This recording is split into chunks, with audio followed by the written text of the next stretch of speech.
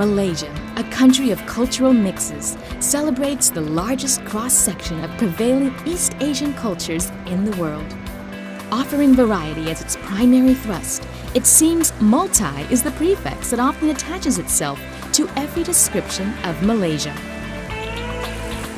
A multicultural, multi-ethnic, multilingual heritage with a multifaceted economy. In the last 5 decades, it has multiplied expeditiously to rise as a formidable Asian force.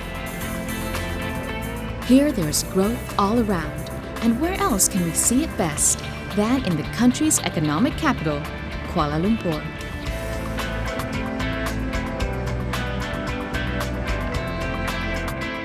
Kuala Lumpur, or KL, is the epicenter that pulses with economic activity in peninsular Malaysia and is the symbol of development in the country. Literally translated as a muddy estuary, its value today has long superseded any initial physical impressions it once had. With building upon building taking over the skyline, KL prides itself as Malaysia's most advanced city. KL's 2,793 square kilometers houses more than 7.2 million residents that contribute to its rapidly growing urbanization. With its world-class airport, it is no wonder this global city receives an estimated 9.11 million visitors a year, raking in more than 40.8% of the total tourism arrivals of the entire country. With all these people zipping through the city, where do all of them go? For starters, explore its architecture.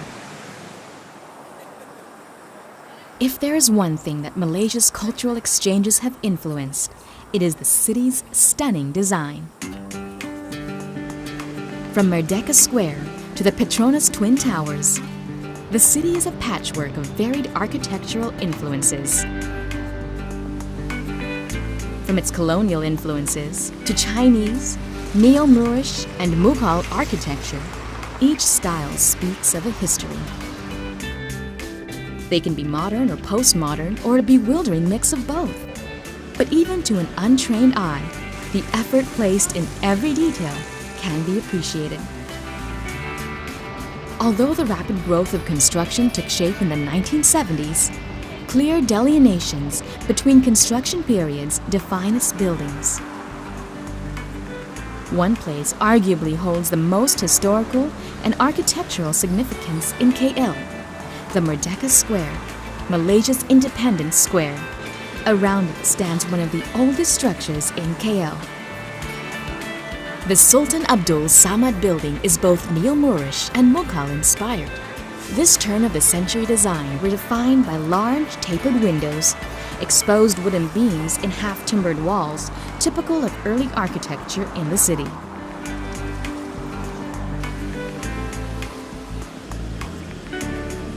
Not far from here are old Chinese apartments, still in their low rise. But all this stands in contrast to the late modernist and postmodernist styles popular around the turn of the century. Perhaps the most famous of which is the stunning central feature in the city's center, the Petronas Towers.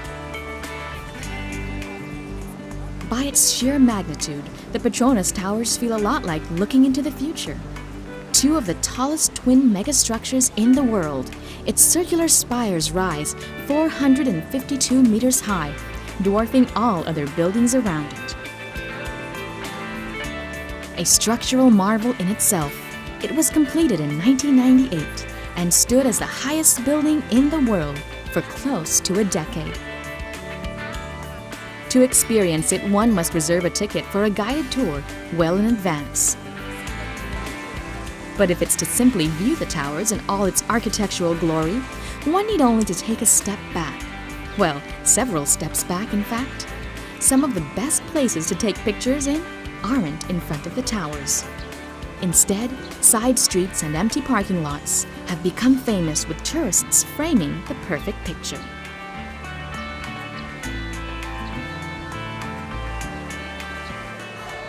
Coming up, shopping and dining in KL.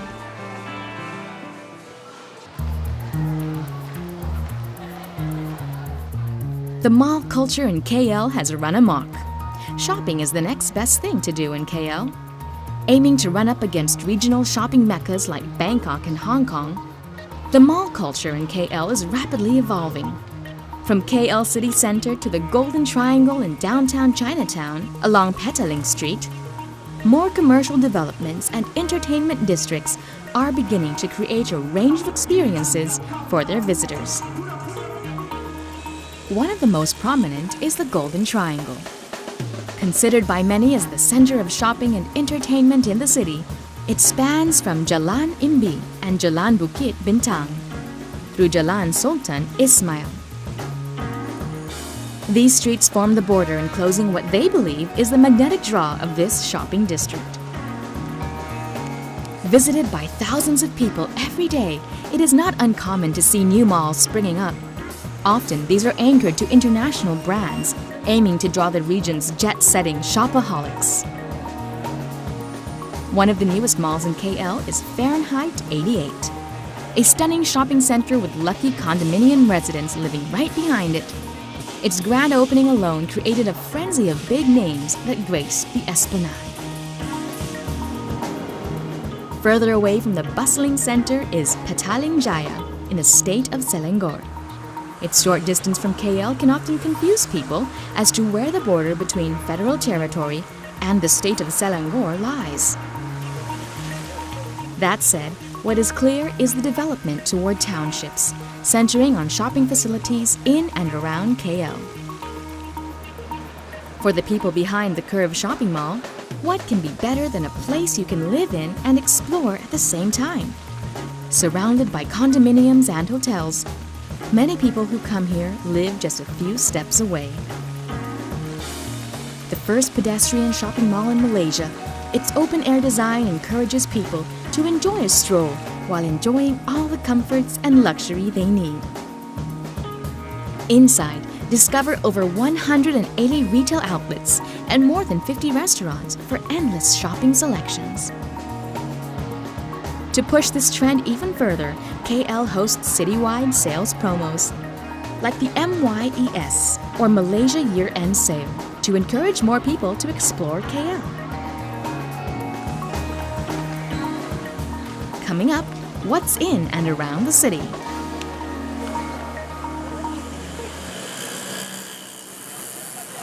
For those in it to really get a sampling of KL's multicultural experience, then it's time to get off the main roads and hit the side streets. To access these places, hit the Lost button and ride the trains through the city. Chow Kit Food Market along the Chow Kit Road is an open-air wet and dry market and lies right along one of the city's main lines. It's also a sub-district in Kuala Lumpur and is the largest market in KL. Here, fresh produce, meats, textiles, and a host of exotic ingredients await. The market is open daily from 9 to 5, but at the end of the day, the stalls transform into night markets centered on touristy knickknacks and fashion. From the tempoyak, or fermented durian, to the tudong, or Muslim headdress worn by women, it's not just the products that are of interest, but also the chance to gain a varied cultural experience.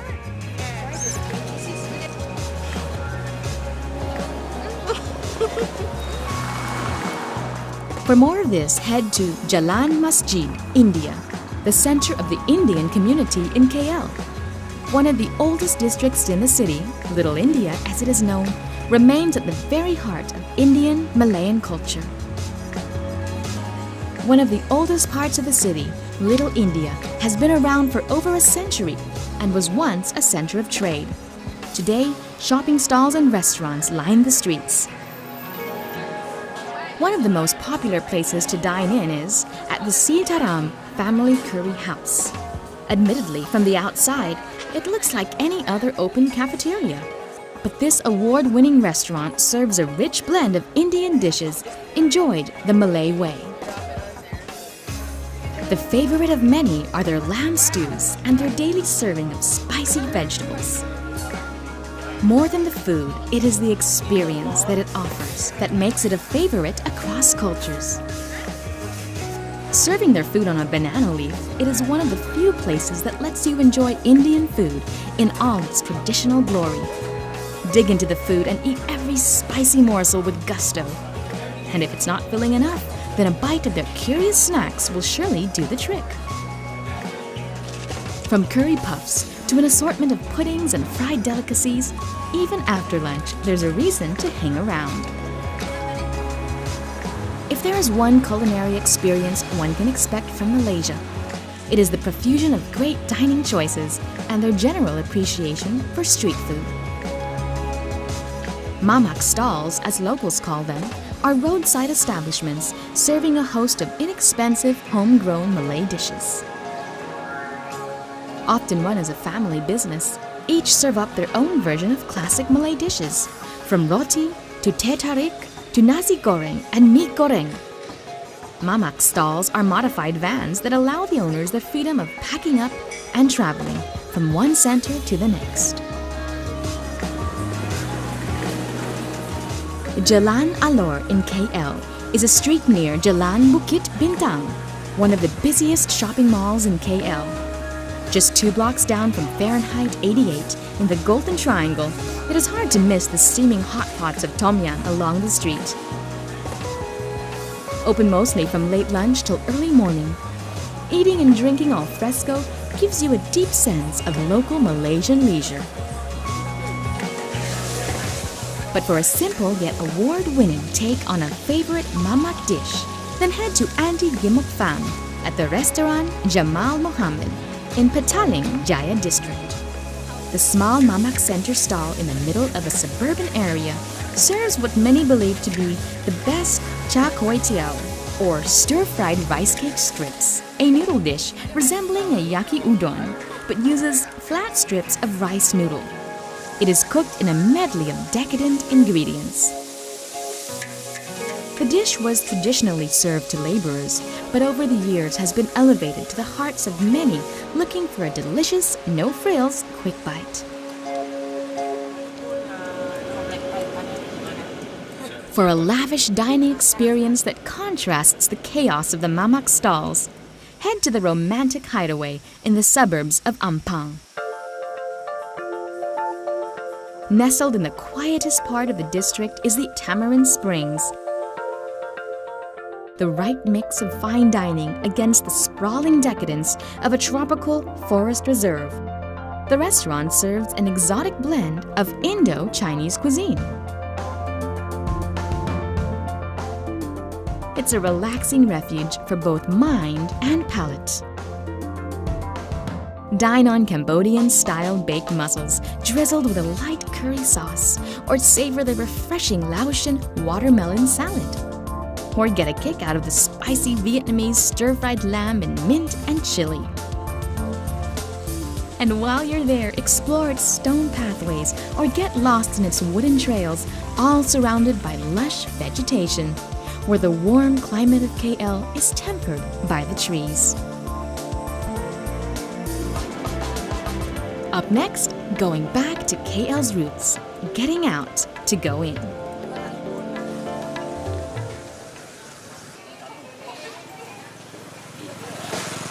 If there is one place that continues to keep KL's swiftly transforming cityscape rooted to its past, it is Kampung Baru. A village in the heart of the city, this kilometer-wide tract of land is a constant reminder of KL's humble beginnings. A place that holds both political and historical relevance. The Kampung Baru Reserve Settlement was recorded in the 1900s by the British with the intention of preserving Malay culture and lifestyle as the rest of the city evolved. To this day, most of the families in the village continue to uphold this, amidst pressures from the rising value of their land. It's a refreshing place to visit, as the community staunchly observes its many Malay traditions. From its homes to its food to the life of its residents, Kampung Baru offers more than a peek into a simpler KL life.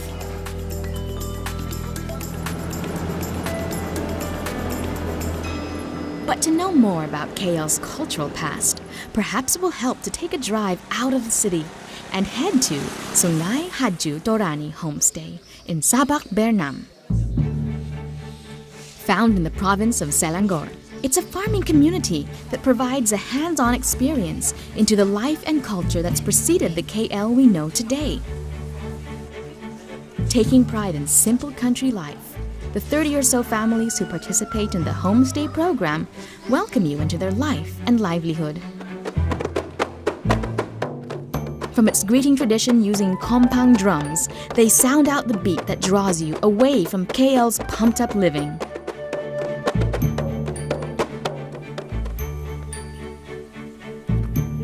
Guides walk guests through the paddy fields, teaching skills that provide an experiential stroll through Malay values.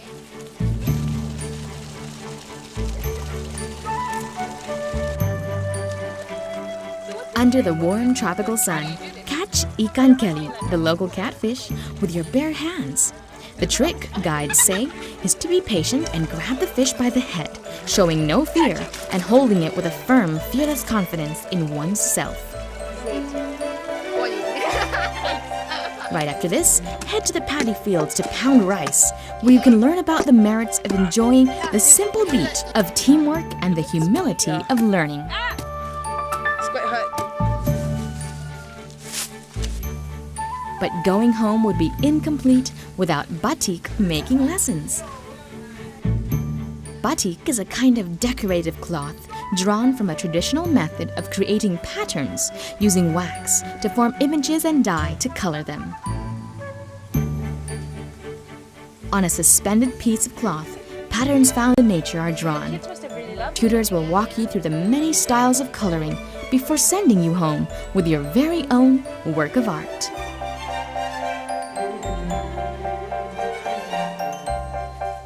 A tradition popular in many Javanese cultures, it's an art form that takes years to master. But nothing seems more universal in connecting with another culture than by baking bread. Make your very own baulu, or Malaysian pound cake.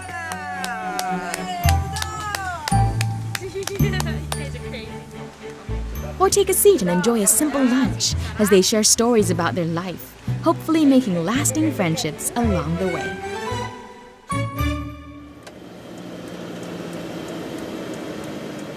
Yet another place out of the city that offers an interesting perspective on KL and the rest of Malaysia is in Bukit Malawati.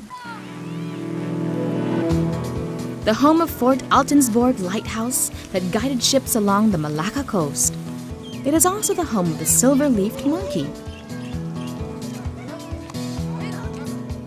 Malaysia is one of the world's most naturally diverse countries in the world, home to a host of unique animal and plant life. Many come here just to have close contact with its wildlife.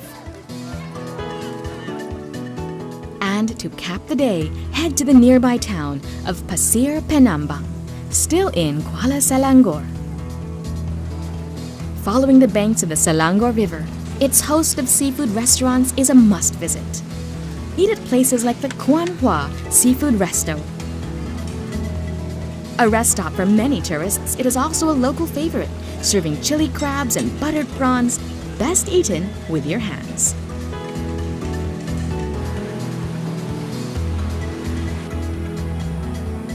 Village life in KL takes another spin as we crack the last chapter of the KL Connection. From its architecture to its hand-painted batik, arts and crafts hold a high value in Malaysian culture, thus creating a need for places like the Complex Craft. Just minutes from the Golden Triangle, this huge facility houses different forms of Malaysian crafts and is home to a colony of artists who continue to nourish the tradition. Here, visitors and students alike can learn and own a piece of Malaysian artistry. From textiles to ceramics, metal crafts, and woven products, it provides a venue to take part and understand the production processes involved. Among those shown are pottery making, intricate wood carving, silver craft, weaving the songket cloth and stamping batik patterns. It's also a venue for art fests and events. Their amphitheater and art gallery often play host to expos throughout the year.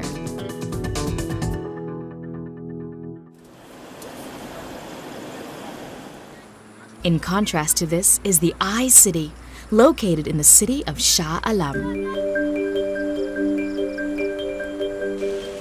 It is part of Malaysia's greater multimedia super corridor. It was conceptualized in the late 90s and is believed to lead Malaysia into the future. At its infancy, this development is intended to provide a space for IT research and technological industries. Already, many regional offices have moved here, and it has drawn thousands of people each year looking to see its magnificent lights display.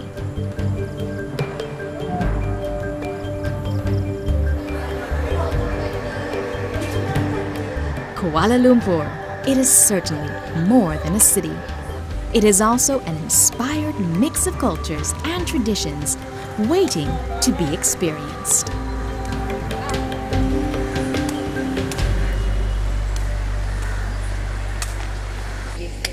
Okay.